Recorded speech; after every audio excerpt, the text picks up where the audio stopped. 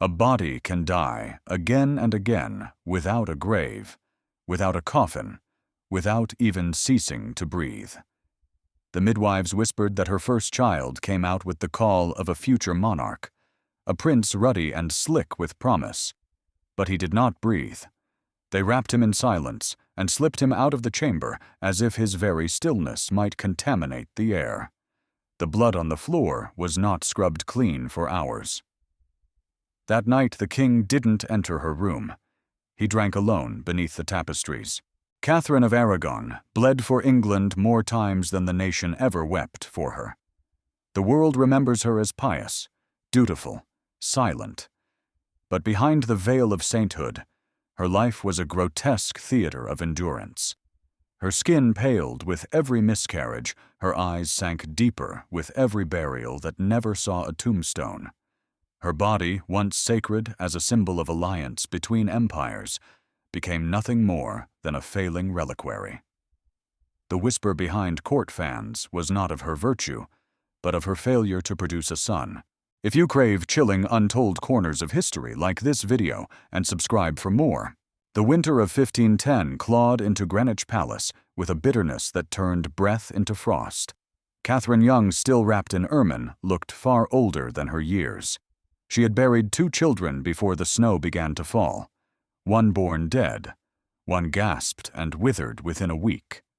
The walls of her bedchamber echoed with the rustling of robes, the mutter of physicians, the sound of old prayers spoken through chapped lips. She began sleeping with her hands on her belly, as if to remind herself she still existed, that her body had not entirely betrayed her. The King Henry, once her golden prince, had begun avoiding her eyes. Even in the firelight when he undressed, there was a new chill. His kisses no longer reached her skin. He asked about her appetite, not her heart. He watched her womb with the detachment of a tactician watching an unstable bridge. And when he smiled in court, it was often toward the younger ladies-in-waiting. Their laughter was high and light, like swords being sharpened. But Catherine endured. She had endured far worse. She had crossed a sea at 16, betrothed to a dead man's brother. She had survived 7 years in England as a princess widow, her dowry debated like cattle, her honor questioned her virginity, tested by matrons, paid in silence. She was not bred to shatter easily. Still, the throne began to feel less like marble and more like bone beneath her. A cold skeletal seat, always taking, never giving. Her only surviving child, a girl, was not a celebration. Mary came screaming into a world that already loathed her gender. Henry's eyes upon hearing the midwife's declaration had dulled. He kissed Catherine's forehead with the weight of disappointment dressed as mercy. "She is healthy," Catherine had whispered. Strong. But strength meant little when her destiny was to be a consort, not a king. The court rejoiced with a tempered smile, and preparations began again for a new pregnancy, as if the last 9 months had been a mere rehearsal. Catherine's blood stained her gowns more than once in the months that followed. Miscarriage upon miscarriage, each one quiet and yet louder in implication. Each one a whisper to the court, "She is failing." Even the servants began to avert their eyes. It was not just her body that eroded, it was the rituals around her. Her coronation years before had been grand, almost mythic. A queen anointed, not just with oil, but with meaning. But now no bells tolled for her recoveries. No tapestries were commissioned in her honor. The image of her once proud regal, the Spanish lioness, began to disappear from courtly art. Subtly at first. A portrait delayed. A pageant that did not include her likeness. And still she smiled. Still she prayed. Still she bore down through pain that would fracture others. And when the child inside her did not move for days, she kept still herself, afraid that even her breathing might disturb the fragile hope of life.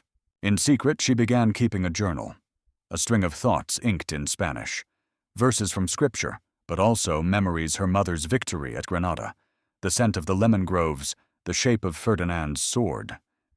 She wrote of Mary, always Mary, as if willing her daughter's name to persist beyond her own. She did not write about Henry, not directly, but his presence haunts the margins. Once she penned, his silence is louder than God's. When the court physicians suggested new treatments, leeches, bitter herbs, endless prayers, she submitted with the obedience expected of queens and martyrs. But she began to feel her body as something other.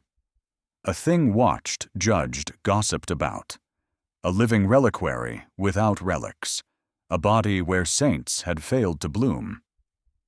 The final miscarriage in 1518 ended in blood so profuse that the floor had to be sanded. The child, a boy, was removed piece by piece. She never saw him. Afterward, Catherine did not cry. She lay still for hours, refusing visitors, her rosary wound so tightly around her fingers that they bruised. When Henry entered her chamber that evening, he did not approach the bed.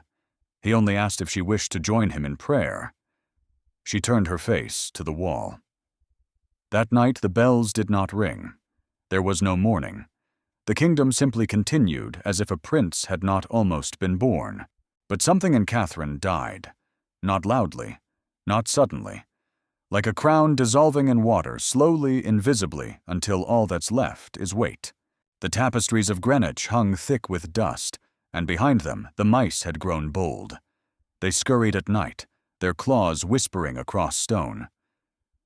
Catherine heard them sometimes just before dawn, when the court still slept, and only the wounded prayed.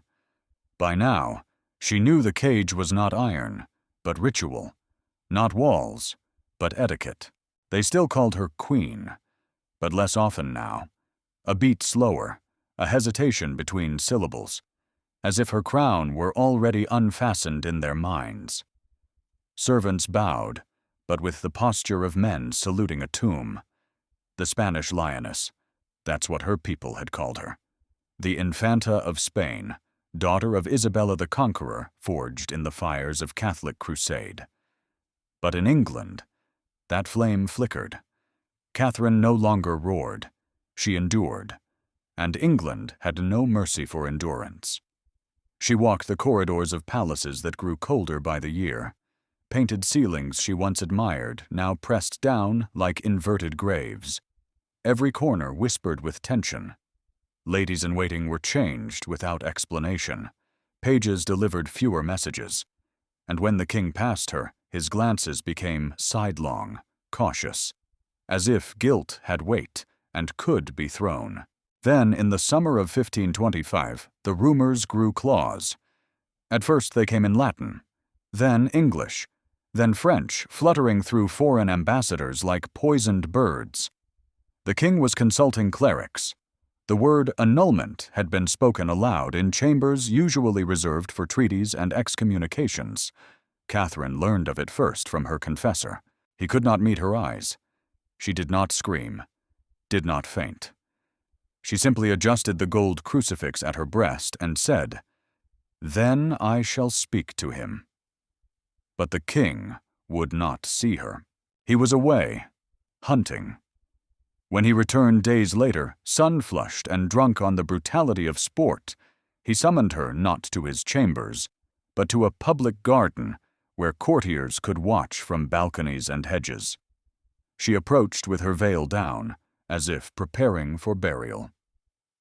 He did not say the word, not that day, not yet. Instead, he spoke of theology, of Leviticus, of God's displeasure, of sin cloaked in good intention. "You were my brother's wife," he said. "It is not lawful." Catherine's gaze did not waver. "I was a virgin when you married me." He flinched just once, but recovered behind scripture. He quoted more lines. She quoted them back. He evoked divine wrath. She invoked divine will. When his voice rose, hers fell to a whisper more lethal than any shout. "You were my husband in every holy sense, and I your wife. That has not changed." Henry turned away. Then his jaw clenched. From the balcony, someone coughed. Laughter followed.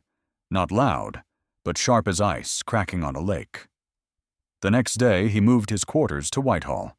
and Anne Boleyn moved closer to the throne. The court changed its shape like a serpent shedding skin. Old allies vanished. New names rose Cromwell-Cranmer men with slippery eyes and tongues honed by law. Catherine's chambers were no longer at the heart of courtly life. They were an appendage, a distant echo of a former queen. She was still served, yes, but with the punctuality of obligation, not reverence. Anne did not yet wear the crown, but her laughter echoed as if it did. She was young, sharp. She smiled like someone who had won before the game began. Catherine watched her once from across the chapel and saw no innocence in her, only hunger. Catherine did not hate her. She pitied her, because Anne too would bleed for the throne, and bleed alone. But pity was a private sin. Catherine held her composure like an armor forged in Castile. She wrote to her nephew, Emperor Charles V, outlining her plight in clipped, meticulous prose. She requested intervention not for revenge, but for recognition. Her letters smuggled dignity through hostile channels, preserving her truth when her voice in England grew thin. At night she still prayed, but the prayers changed. They became sharper, less about mercy, more about endurance, not for her soul, but for her daughter's future.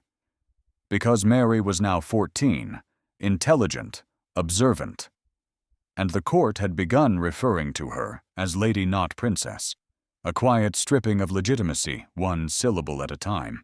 Catherine took to wearing darker colors, not mourning exactly, but an echo of it. Her gowns lengthened. Her jewels were seldom seen. She became a portrait in motion, regal, unbending, yet fading at the edges. The king sent emissaries to suggest retirement, to a convent perhaps, or a quiet manor far from court, somewhere holy, somewhere silencing. She refused. "I am his wife," she said. The law may bend, but truth does not. And so the cage closed tighter, letters intercepted, visitors restricted, her Spanish ladies dismissed, replaced by English women loyal to Anne. Even the food changed, less spice, less fruit, as if they hoped to sour her from within. And still, she endured. One morning, while walking the gardens under guarded eyes, she found a bird trapped in the hedges. A thrush-wing's bent feathers torn. She cradled it, whispered Spanish lullabies as she pulled the thorns from its wings. It pecked her thumb in panic. Blood bloomed. She did not flinch. The bird died before she reached her chambers. She buried it in secret beneath the old yew tree, the same place she had once watched Mary play years ago in brighter seasons. That night, she dreamed of Granada, of orange trees and cathedral bells, of her mother's warhorse galloping through dust. She awoke with the taste of ash in her mouth. They say a sword sings just before it strikes. Anne's words did too. Not a literal sword, not yet, but the shape of her presence in court was that of a blade, unsheathed, gleaming with peril. Where Catherine once entered to bows and held breaths, now Anne walked, and the world tilted toward her. She did not command reverence. She pulled it from people's throats like confessions. Anne was never queen, but she ruled long before the crown was placed on her head. Catherine, watching from the edge of ceremonies that once centered her, understood better than anyone that power is not a title. It is the ability to change the direction of eyes in a room. It is who the king listens to in silence, who his back is turned toward. She had never been more invisible than in that year of 1527. The Privy Council convened in whispers. Catherine's name was spoken like an epitaph. Even before the trial began, its verdict was engraved in expressions in parchment draftings in the nervous eyes of those who once kissed her rings. Loyalty to Catherine was becoming a crime in all but name. She watched her allies vanish. Wolsey, who had once ensured her marriage stood, was now the architect of its collapse. Cromwell, rising like rot beneath floorboards, penned legal arguments that twisted scripture into ropes meant to strangle truth. The court, once glittering with ritual and chivalry, now smelled of old ink and cold fear. Anne's apartments expanded. Catherine's shrank. Anne hosted masques. Catherine attended masses. Anne wore French silks and spoke of music. Catherine dressed in mourning cloth and spoke of God. But it was not jealousy that gnawed at her. It was humiliation. A queen cast aside, not for treason, but for a younger womb. Her decades of duty reduced to a clerical error. Her piety mocked as obstinacy. And when Anne looked at her across chapel aisles or corridors, it was not with hatred. It was with triumph. A sharper thing. One afternoon, Catherine overheard 2 pages whispering about Anne's latest gift from the king, a ruby-encrusted brooch shaped like a bleeding heart. She did not weep, but her hand clenched so tightly around her rosary that the beads dug into her skin, drawing blood. The scent of iron lingered on her fingers for hours. The silence around her grew surgical. Everything unsaid became a blade. Servants folded her gowns with too much care, avoiding her eyes. Her confessor's sermons became less about justice, more about endurance. Even Mary was moved to Ludlow Castle for education, they said. Catherine knew better. They were isolating her piece by piece, not by violence, but by absence. She was not exiled. She was emptied. One night Catherine received a letter from an old Spanish friend, smuggled through layers of loyal hands. It was filled with concern and coded warnings, but one phrase seared her more than the others. They say she has bewitched him, that the king wears her hair beneath his doublet. Catherine stared at the parchment until the candle burned out. Witchcraft. That ancient accusation used by men when their lust turned to shame.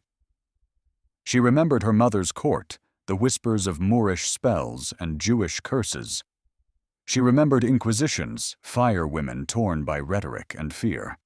And now, in this cold English court, she saw the same pattern repeating, not with stakes and fire, but with documents and smirks. Anne was no witch.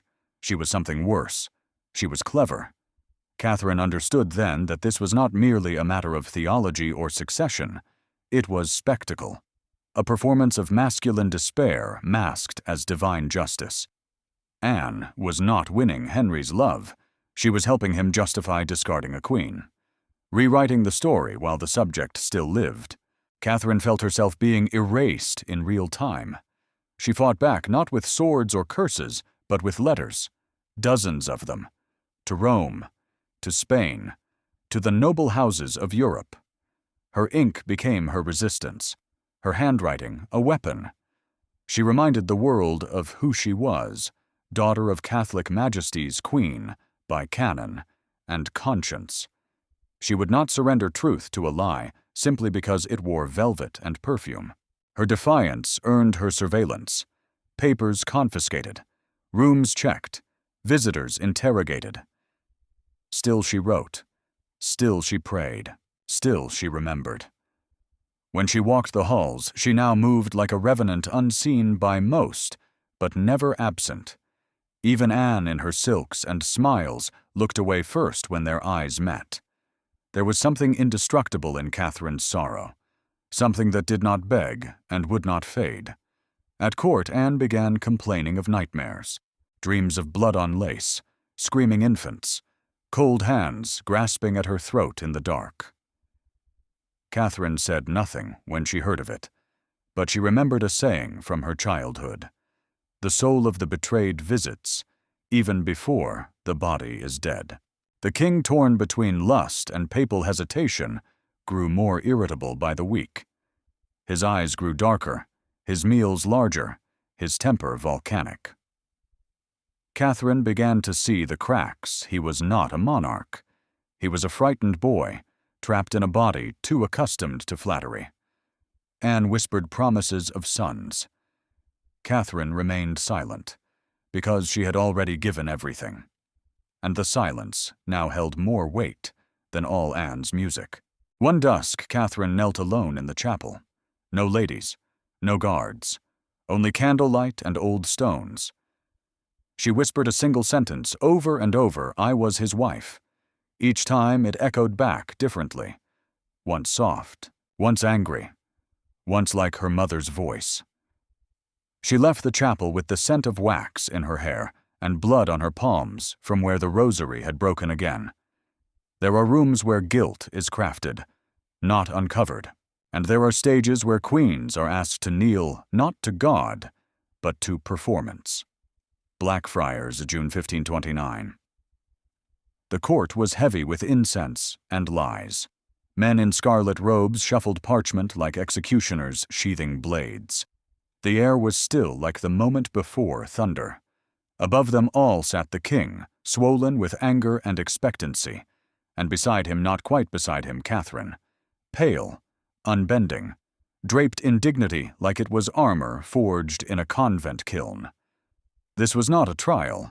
It was a eulogy written while the corpse still breathed. The court summoned her not as queen, but as wife to be questioned. A title gutted of sanctity. They said it was a matter of conscience, that the king's soul was at stake, that England must not suffer illegitimacy on its throne. But no one asked about hers, her soul, her suffering, her rights. Rome had been slow. Catherine's nephew, the emperor, had frightened the pope into caution. A decision had not come. So Henry made his own. He summoned Wolsey. He gathered bishops. He staged the trial like a masque, a show, the kind where the ending is already carved into the marble steps. The theater was perfect. And Catherine played her part, like a sword, in human form. She rose slowly, walked across the stone floor with footsteps that echoed louder than any accusation, and instead of addressing the judges, she knelt before Henry. The court held its breath. She spoke not with rage, but with memory. "My lord, I am a stranger in your land. I have been your wife these 20 years.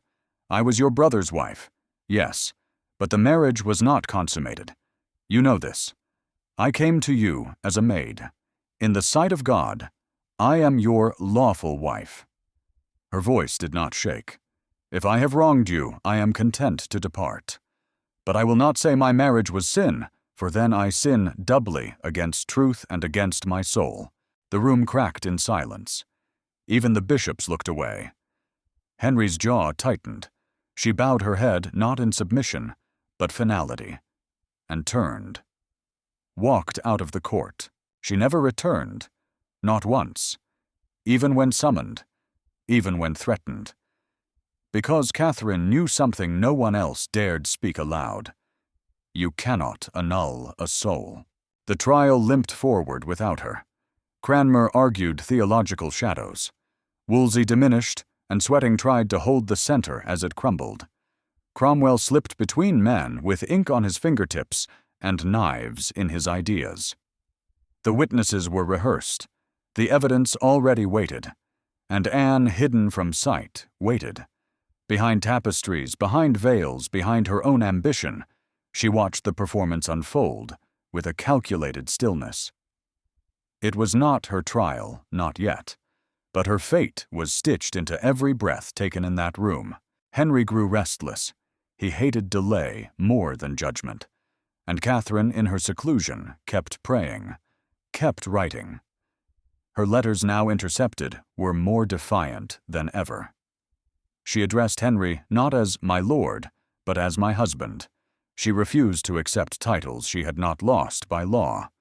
When Cromwell sent envoys to urge her submission, she quoted the Council of Nicaea and stared until they left. She was not fighting for the crown. She was fighting for the integrity of truth. One afternoon, a lady-in-waiting who had served both Anne and Catherine was found weeping outside the chapel. When questioned, she said Catherine had given her a single line in confession, "God sees through veils." The woman had not slept since. The rumor spread quickly that Catherine had powers, that her piety had turned to prophecy. Some claimed she fasted for days and did not faint. Others said her face bore the Virgin's likeness at dawn. The court didn't believe it, but they feared it. Because Catherine's refusal to vanish was not rage. It was incorruptibility, and incorruptible women are dangerous. Henry sent word again, apologetic, asking her to submit for the sake of peace. She replied in Latin, Fiat voluntas Dei. Let the will of God be done. She never mentioned his name again, not even in prayer. Months passed. No verdict came. Rome stalled. The Pope evaded. England festered. Wolsey fell from grace, dying sick and broken in a monastery. Cromwell surged forward. The stage was shifting, and Catherine, silent, unyielding, had become more than a woman. She was now a problem, a relic, a wall that refused to collapse. Henry began speaking of her with disdain. She is stubborn, unnatural. She has no regard for the kingdom's future. But behind his words, something deeper curdled shame.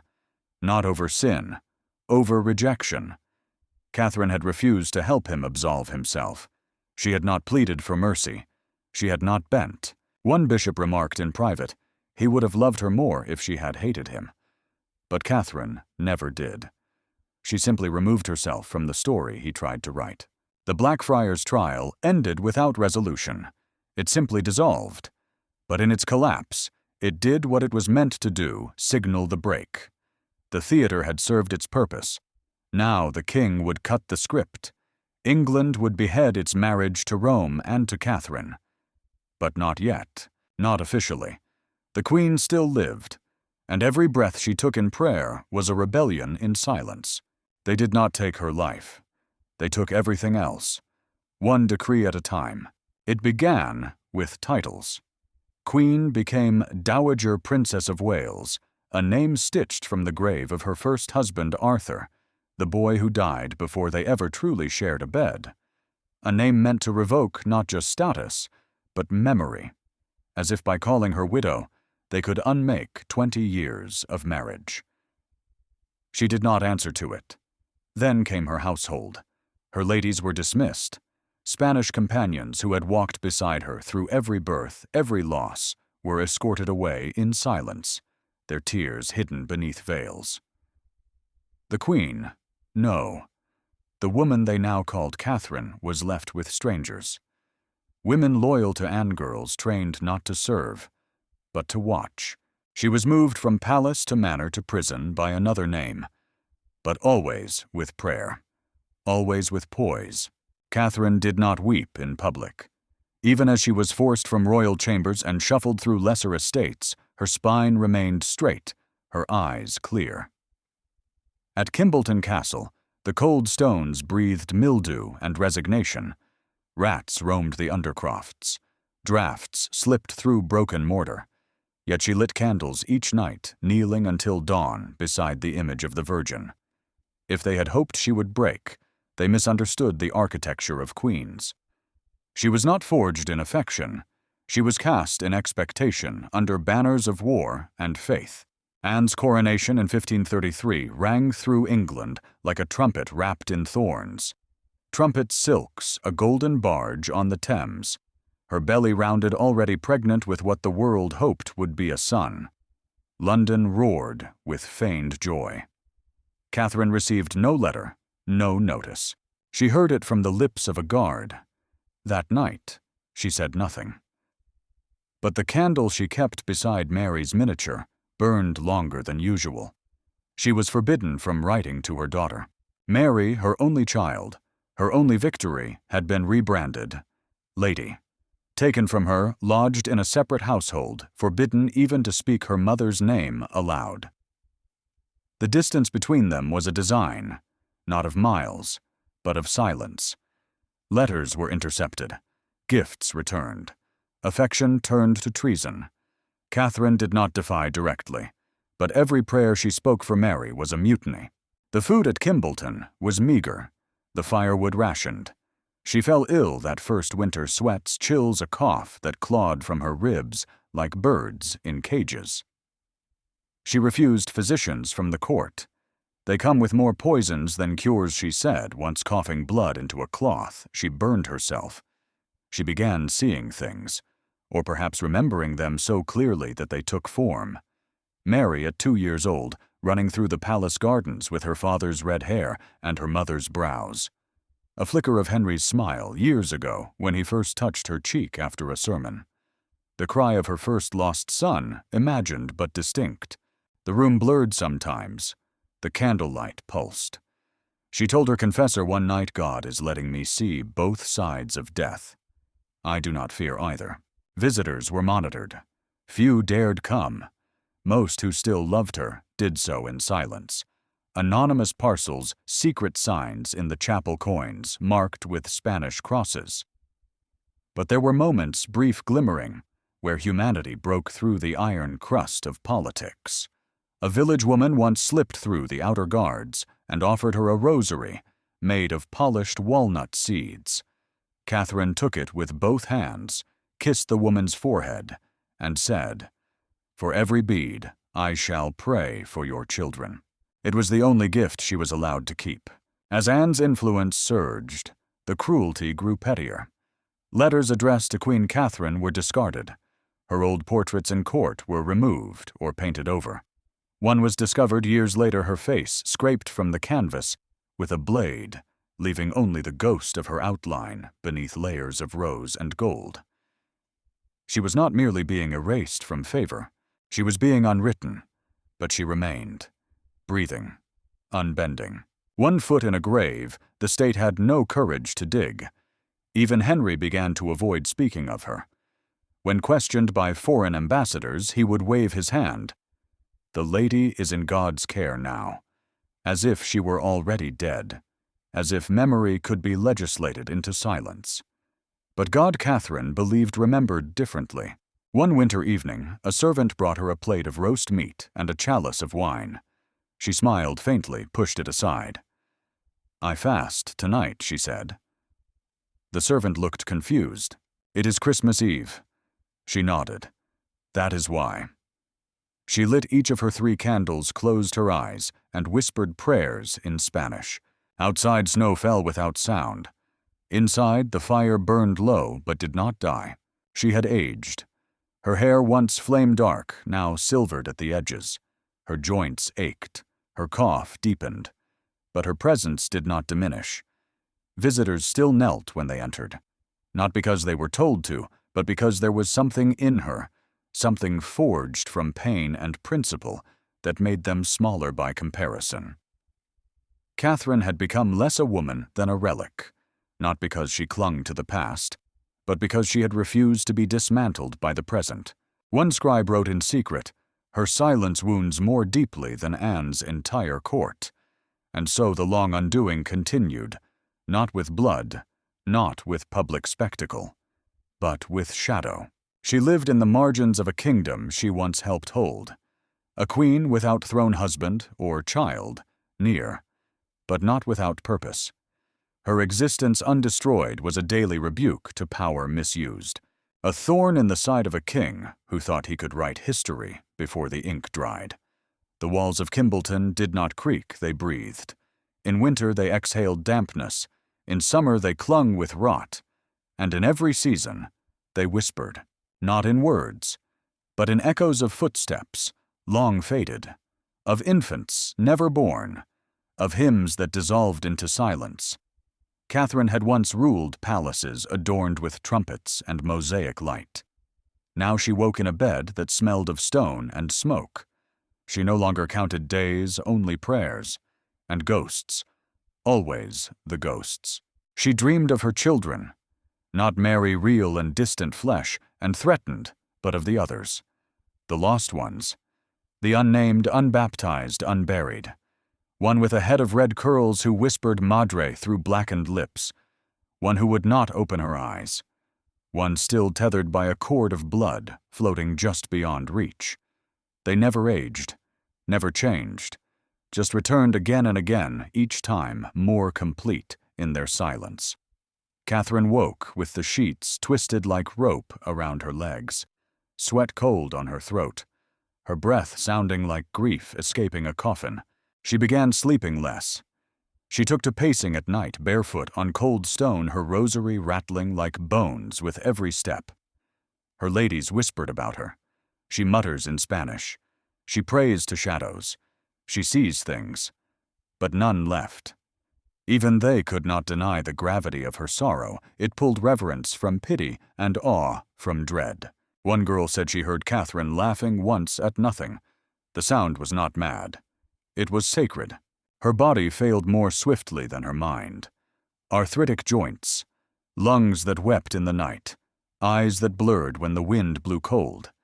Yet she refused bed rest. She walked daily through the garden if it was warm, through the halls if it was not.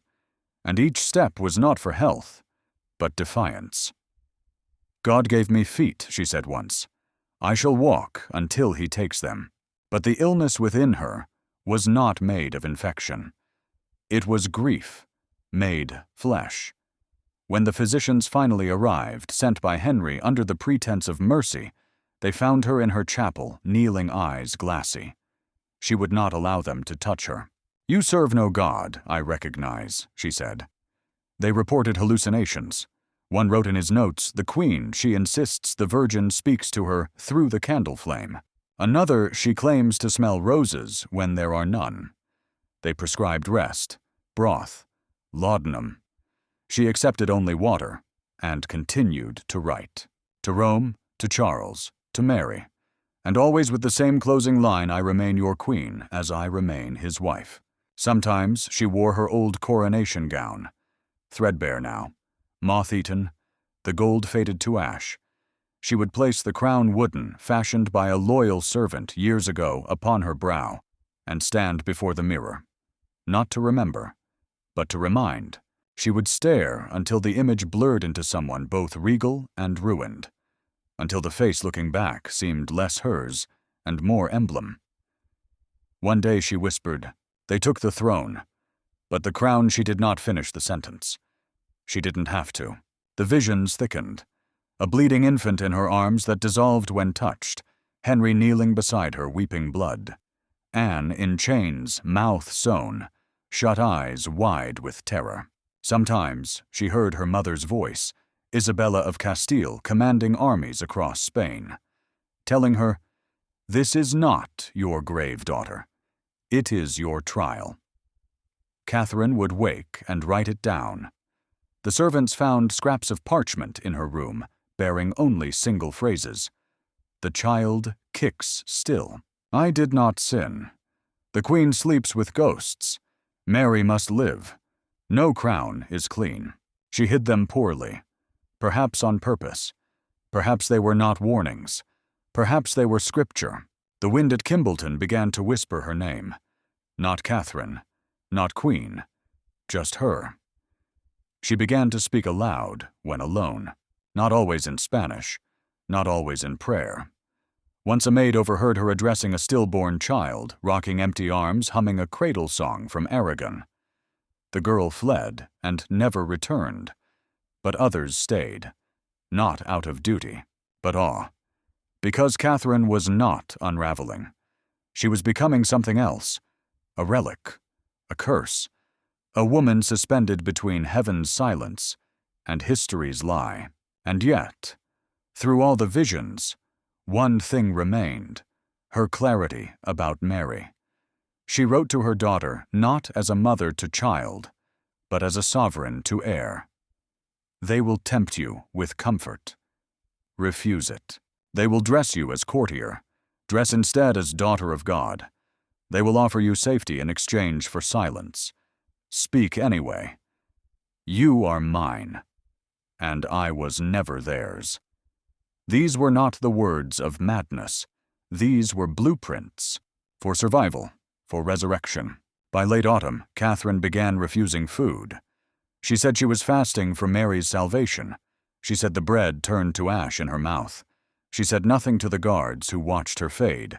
One morning she was found collapsed beside her writing desk. Hands ink-stained, eyes wide. Still breathing but shallowly, as if clinging to the last vowel of a prayer. She recovered partially, but the visions never left.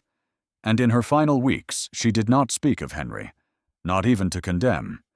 He was by then less than a ghost.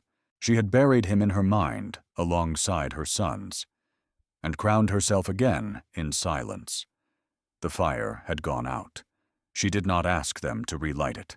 Kimbolton Castle groaned under the weight of January frost. The walls dripped with ice in the morning, as if the stones themselves wept. No bells rang, no physicians came, no messengers crossed the brittle bridge of snow. Inside, Queen Catherine of Aragon, what was left of her, lay wrapped in thin wool face to the ceiling lips, moving in prayer or memory. No one could tell which. She had refused food for 3 days, water only sips, a single bite of bread blessed by the chapel priest, then nothing. They called it piety, but it was something older, something like surrender made sacred by choice. "She is preparing," the chaplain whispered. "Not for death, for justice."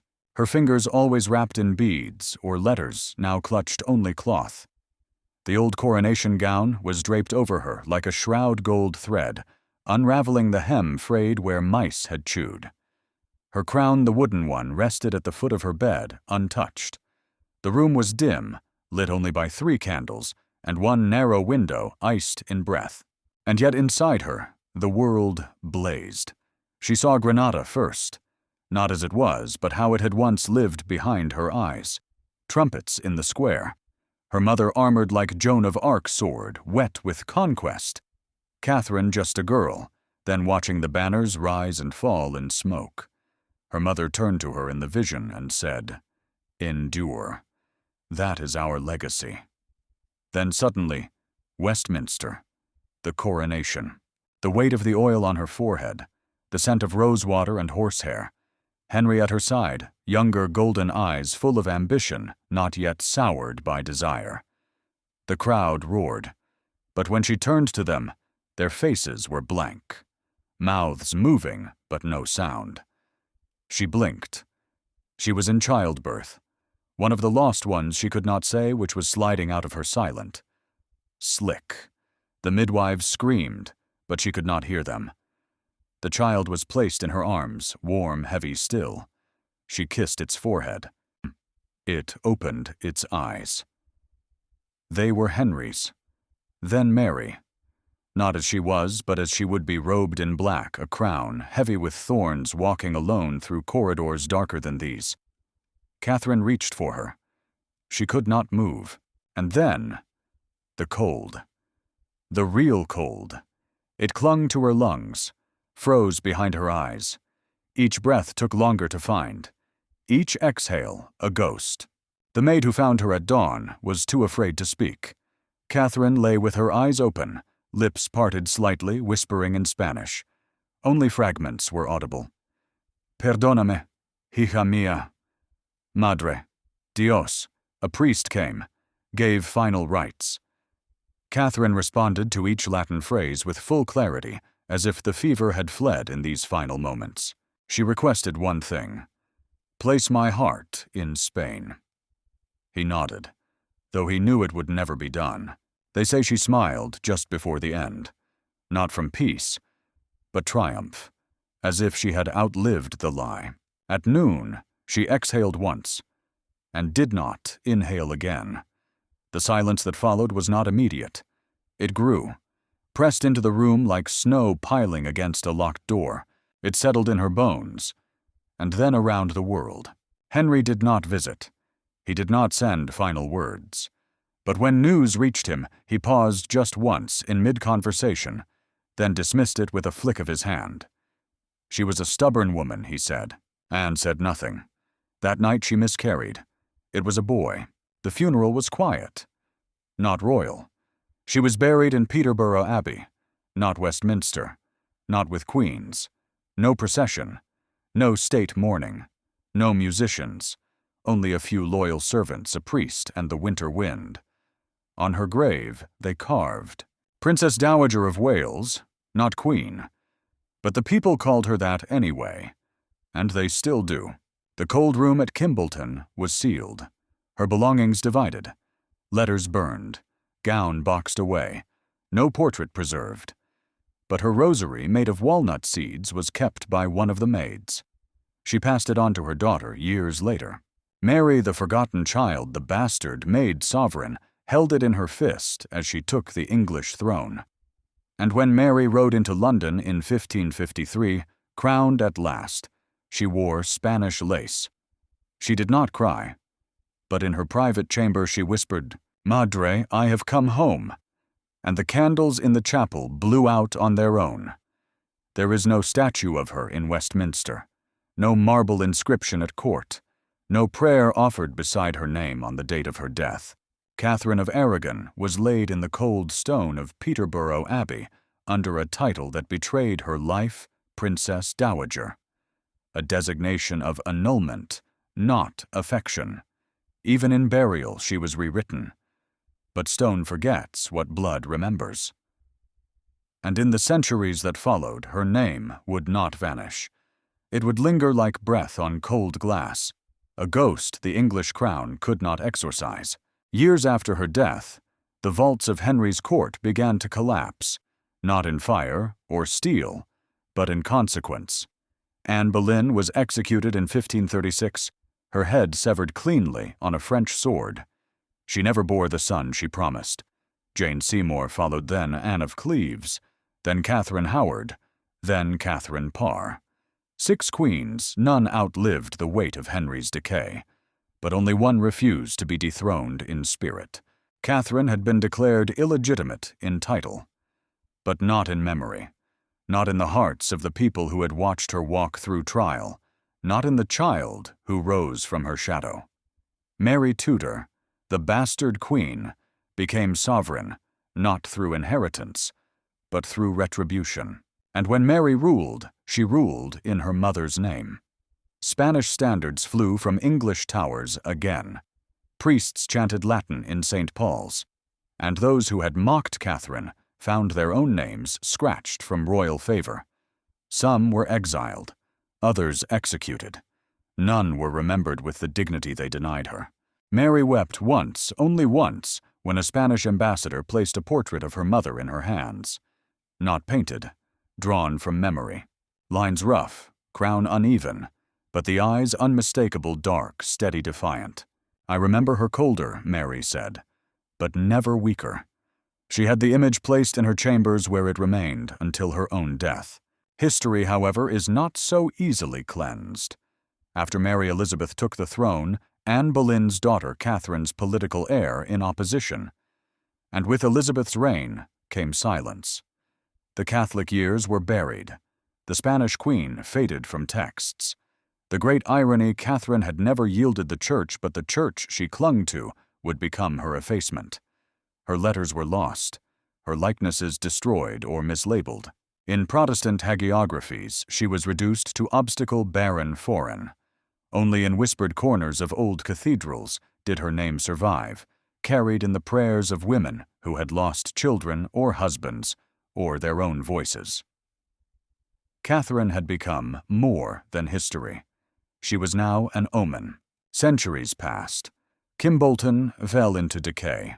Peterborough Abbey was ravaged during the Reformation. Her tomb, stripped of ornaments, became an afterthought. No effigy, no gold, just a plaque added by later monarchs who dared to remember. Yet even stripped, the grave draws flowers. On January 7th every year, roses appear, sometimes lilies, cards written in Spanish and Latin in the trembling English of pilgrims who call her queen. No monarch commands this. No statute orders it. It is the persistence of memory, of defiance, of the truth that could not be annulled. What remains of Catherine Bones? Letters some. A daughter who burned heretics in her name and still cried for her in secret. And silence. An echo that haunts the idea of kingship, that warns us still of what power does to women who outlive it, who will not break no matter how they're written out. She died with no title, but not without impact. She left behind a model of resistance so quiet it became thunder. In her death, we read a larger truth. Power crumbles at the edge of the grave. It always does. Crowns rot, thrones topple. The names carved into stone fade until only questions remain. But dignity, real dignity, is immune to the quill to the axe, to the silence of centuries. Catherine of Aragon was England's first discarded queen, but not the last. And in every woman punished for surviving history, we find her shadow. In a museum in Spain, a rosary of walnut seeds is kept behind glass. The wood is worn smooth by years of prayer. It is unlabeled. But those who know, they whisper, "She held this, and she never let go."